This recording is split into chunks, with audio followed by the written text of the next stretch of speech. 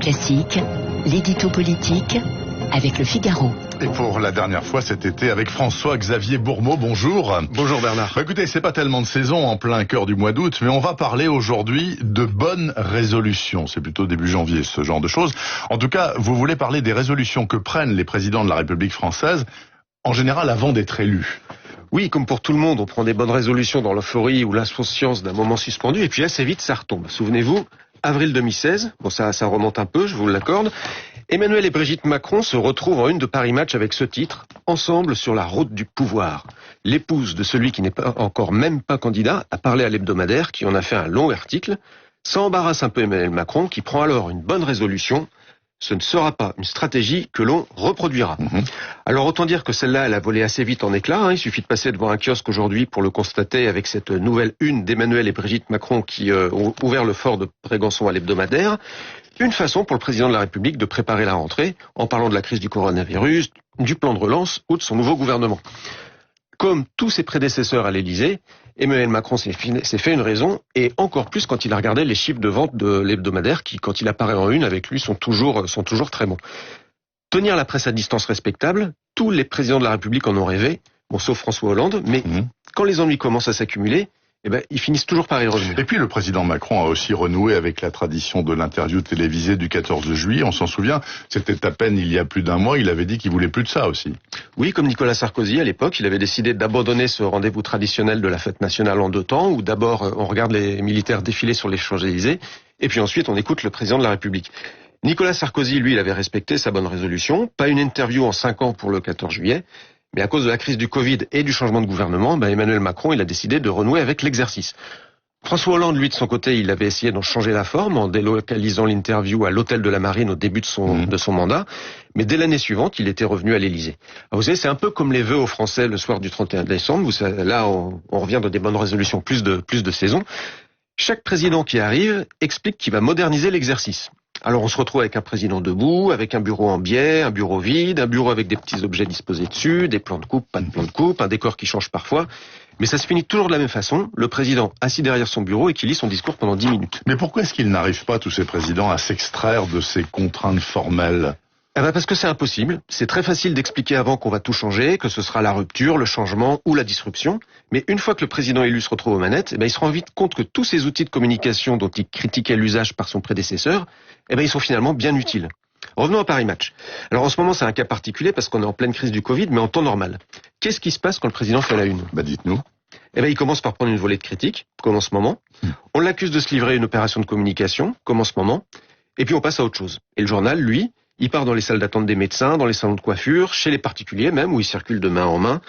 Et dans 6 mois, si les restrictions sanitaires finissent par être levées, espérons, vous pourrez retomber sur Emmanuel Macron au fort de Brégançon, qui vous explique sa politique, et lire tout ça à froid, sans le brouillage de critiques qui entoure la publication. Ça permet de s'adresser directement aux Français, comme l'interview du 14 juillet, comme les vœux du 31 décembre, ça vaut bien d'abandonner ces bonnes résolutions. C'est vous qui le dites, en tout cas. François-Xavier Bourmeau, merci beaucoup François-Xavier, bonne fin d'été à vous.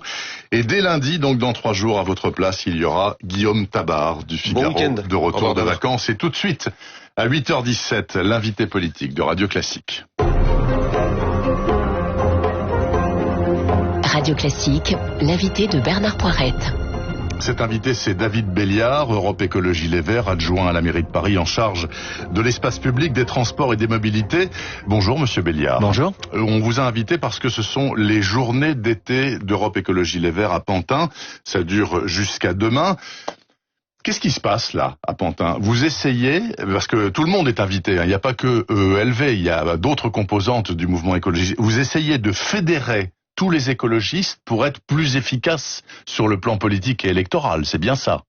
Alors c'est en partie ça. D'abord, on parle aussi du projet. Vous savez, le programme que nous portons, le projet que nous avons à la fois pour les régionales, parce que ce sont les prochaines échéances électorales, mais aussi pour les présidentielles et législatives. C'est un projet cohérent. C'est un projet qui évidemment traite les questions environnementales, mais aussi les questions sociales, les questions économiques. Par exemple, sur l'évaluation du nombre d'emplois que nous pourrions créer en faisant la transition écologique de notre pays. 1 million d'emplois que nous pourrions créer. C'est de ça aussi dont on parle. C'est un nouveau modèle. Un modèle qui sort d'une économie qui est une économie productiviste, extractiviste, de la surconsommation. Et puis, Pour faire ça, nous le savons, et je suis bien placé pour le savoir, c'est que nous avons besoin d'alliés. Nous avons besoin de travailler avec toutes celles et ceux qui veulent mettre l'écologie au cœur de leur projet politique. Oui. Et c'est ce que nous faisons, et c'est ce que nous commençons à faire à Pantin, en proposant, notamment par exemple la Génération Écologie avec Delphine Batho, eh bien de co-organiser ces journées d'été avec nous, parce que nous avons besoin à la fois de travailler avec les partis politiques, mais vous savez, les partis politiques, c'est plus grand chose. Il faut dépasser. Et ce qu'il faut retenir, je crois, de ces journées d'été, c'est que toutes celles et ceux qui aujourd'hui veulent un changement de paradigme, toutes celles et ceux qui veulent véritablement traiter la question écologique et la question de la justice sociale, eh bien, nous leur ouvrons nos portes, nous leur tendons la main et nous voulons travailler avec eux. Alors, il est clair, en sortant des municipales, que vous avez été un point d'ancrage phénoménal dans de très nombreuses municipalités. Vous en avez emporté quelques-unes très importantes. Donc aujourd'hui, David Béliard, les écologistes ne sont plus une force d'appoint. Vous voulez être le moteur.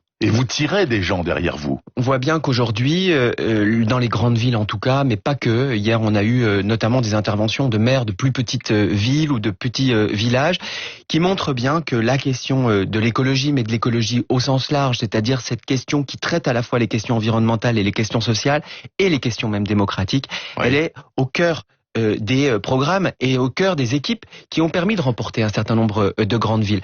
Et ces questions-là, elles ne sont véritablement bien posées et bien traitées que si ce sont des écologistes convaincus, des écologistes engagés, ça peut souvent d'ailleurs depuis plusieurs dizaines d'années, eh bien, qui les portent. Aujourd'hui d'ailleurs, je suis très fier de voir ces questions portées dans les institutions par des équipes écologistes, et je pense notamment à Lyon, à Marseille ou à Tours. Vous savez très bien, David Béliard, que le mal fondamental des mouvements écologistes depuis 30 ans en France, c'est la discorde et la zizanie. Cette fois-ci, vous pensez que dans le contexte politique de la France de 2020, vous arriverez à la paix et à l'efficacité ? Vous savez, notre responsabilité, elle est immense, immense. Et je dis pas qu'elle n'est pas uniquement, elle ne porte pas uniquement que sur les écologistes. C'est notre responsabilité collective. Mais plus particulièrement d'ailleurs pour les écolos, et plus particulièrement pour le mouvement auquel je fais partie.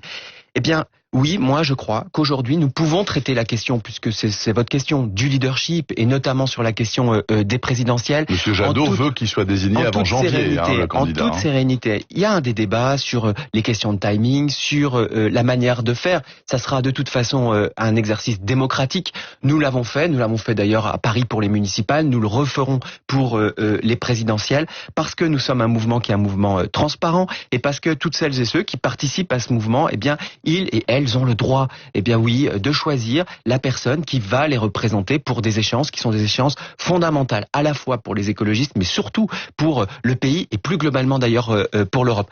Donc on verra, et moi, je crois que nous sommes aujourd'hui à un niveau de maturité qui nous permet de régler ces questions qui sont d'ailleurs pas propres aux écolos. Qui sont spécifiques quand même pas mal aux écolos. La question du choix, vous savez, la question du choix, du leadership, c'est une question qui traverse tous les mouvements politiques. Oui, en tout cas, tous les mouvements politiques. Les républicains, par exemple. Exactement, tous les mouvements politiques qui sont démocratiques. David Béliard, il y a beaucoup d'actualités environnementales, en l'occurrence en cet été 2020. Par exemple, il y a l'affaire de cet élevage de canards du sud-ouest effarant, dénoncé par L214. Vous, les écologistes, notamment pour les affaires environnementales, vous dites que les lanceurs d'alerte sont indispensables. Donc l'élevage a été fermé par décision préfectorale. Sans les lanceurs d'alerte, vous pouvez rien faire. Vous savez, les lanceurs d'alerte, qu'est-ce qu'ils représentent aujourd'hui ? Ils représentent les déficiences du système. C'est ça qu'ils pointent. Lorsque L214 fait des vidéos de cet élevage de canards qui sont avec des images qui sont des images effarantes, effrayantes, d'une violence rare, eh bien oui, ils jouent le rôle de lanceurs d'alerte, et c'est vital dans une démocratie. C'est vital dans la démocratie française, mais c'est vital dans toutes les démocraties modernes. Et surtout, ce qu'ils soulignent, eh bien, c'est les défaillances du système. Les défaillances du système, en l'occurrence pour l'élevage, eh bien, c'est les défaillances d'un système qui est un système d'agro-business qui détruit les êtres vivants, qui tous les élevages ne sont pas comme ça. Bien sûr, mais qui exercent. Oui, mais quand vous regardez bien la logique, certes. Oui, mais la logique, regardez, la logique en fait de productivité, la logique qui veut que on produise toujours plus. Et je parle notamment aux agriculteurs. Eh bien, on voit bien que ça oblige tous ces agriculteurs d'abord à avoir un rythme de travail qui est un rythme de travail effréné, parce que c'est de ça dont on parle aussi, avec des revenus qui sont des revenus indécent. Donc on voit bien que ce système-là, qui fait produire beaucoup et dans des conditions qui sont souvent des conditions indignes d'ailleurs de travail pour celles et ceux qui y travaillent, et qui permettent surtout d'enrichir des intermédiaires, qui permettent d'enrichir des industriels, qui permettent d'enrichir la grande distribution, on voit bien qu'on a un problème. Eh bien ce problème, nous proposons un certain nombre de solutions, des solutions à court terme, par exemple la question de l'audit, de la fermeture. Heureusement que le gouvernement a demandé la fermeture de exactement, la fermeture de cet élevage, mais plus globalement, nous demandons à changer nos méthodes agricoles pour sortir de cet agro-business, pour rentrer dans une agriculture qui est une agriculture plus respectueuse à la fois de l'environnement et des gens. David Béliard, même s'il l'a fait avant de devenir ministre, vous regrettez qu'Éric Dupond-Moretti ait préfacé le livre du président des chasseurs français? Non, il l'a fait alors qu'il était ministre. Ce livre a été publié. Ce livre, que le texte ait été écrit avant qu'il soit ministre, bien sûr. Mais sa publication, elle est en plein alors qu'il est ministre de la Justice. Il aurait pu dire vous m'enlevez ça. Mais non, mais c'est ses convictions. Il aurait d'ailleurs, vous savez, ses convictions, elles sont connues sur la question de la chasse. Il n'y avait pas besoin forcément d'en rajouter. Ce qui est particulièrement choquant, il y a deux choses qui sont choquantes dans cette préface. La première, c'est qu'il signe la préface, alors qu'il est ministre, la préface du président d'un lobby. Et d'un lobby important qui est un lobby pro-chasse. Et la deuxième chose, c'est la brutalisation du débat public. C'est l'insulte qu'il adresse aux militants et aux militantes écologistes en nous traitant d'ayatollah. Vous savez, ayatollah, c'est pas les mots ont un sens. Oui. Ça veut dire quoi derrière le terme ayatollah? Ça veut dire beaucoup de morts, ça veut dire la violence, ça veut dire exactement les coupeurs de tête. On est quand même dans un niveau d'insulte qui est un niveau d'une extrême violence. Et je vais vous dire, lorsqu'on est ministre de la Justice, non, il y a des choses qu'il ne faut pas écrire et il y a des choses qu'il ne faut pas dire. Une dernière question, David Béliard. Les derniers rebondissements, entre guillemets, de l'affaire Girard. Donc, c'est un de vos collègues, donc à la mairie de Paris. Il est toujours conseiller de Paris, même s'il a renoncé à assurer ce qu'il faisait avant. À terme, ça peut porter un grave préjudice à Madame Hidalgo, selon vous, selon ce que vous comprenez? Écoutez, le travail, très vite, le travail de la majorité va continuer. Bien sûr, cet événement pose un certain nombre de questions, notamment sur le fonctionnement et un certain nombre d'éléments qu'il va falloir que nous travaillions. Mais vous savez, les écologistes sont en responsabilité. J'ai porté cet accord et j'y ai énormément travaillé. Je sais exactement pourquoi nous sommes dans cette majorité. À la fois, je suis extrêmement fier des militantes qui ont porté, oui, ce sujet au niveau du Conseil de Paris, et je pense notamment à Alice Coffin, à Raphaël Rémy-Leleu. Ouais. Mais je suis aussi en situation, et je sais aussi, que nous sommes en situation de responsabilité, qu'il faut transformer Paris, et que cette transformation de Paris, elle passe par un changement des pratiques politiques, mais elle passe aussi par énormément de travaux qu'il faut mener, notamment par exemple sur la question des transports, sur la question de la piétonisation, sur la question du vélo. Fonds de commerce. Et nous allons continuer à le faire, et il va falloir que nous trouvions des modalités de travail avec le Parti socialiste pour y parvenir. Merci beaucoup, David Béliard, donc qui n'a pas répondu à ma dernière question sur l'affaire de monsieur. Si, j'y ai répondu. À côté. Merci, en tout cas, je vous souhaite de bonnes universités d'été, si on les appelle. Merci pour votre invitation. Sur les journées d'été. 8h27 sur Radio Classique, à suivre dans une minute, Laurent Saïm. Laurent Saïm qui veut nous parler assurément de Joe Biden et de son discours très noir hier soir à la Convention démocrate, et peut-être aussi, sait-on jamais, de Steve Bannon. À tout de suite.